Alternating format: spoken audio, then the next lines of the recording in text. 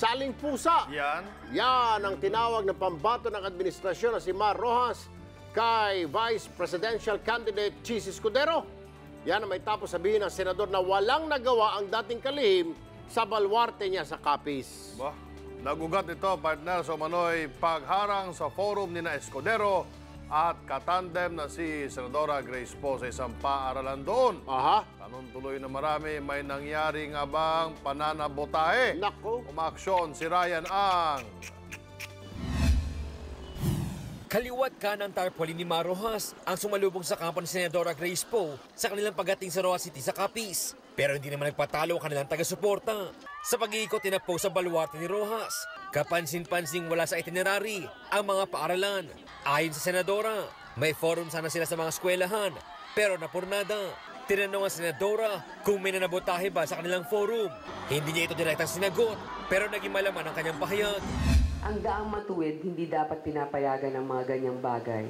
Sana pagkakataon na nilang ipakita na ang daan matuwid ay bukas para sa lahat at hindi lamang para sa iilan.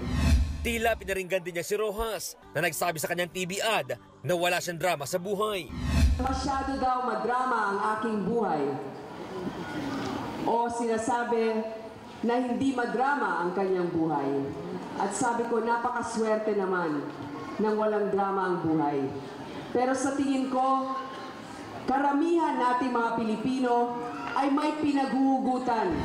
Ang katandem ni Poe na si Senador Chis Escudero, may banat din sa manok ng LP na nagsilbi sa Administrasyong Estrada, Arroyo hanggang kay Pinoy.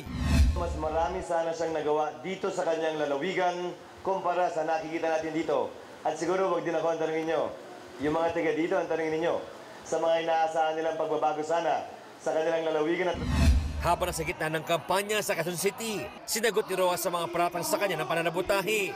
Wala naman kayong nasabing kung sino nagsabi o kung ano man yan. No? So, hindi ko pinagbabawal at bukas ang Capiz para sa kahit sinong kandidato na maghayag ng kanilang plataforma.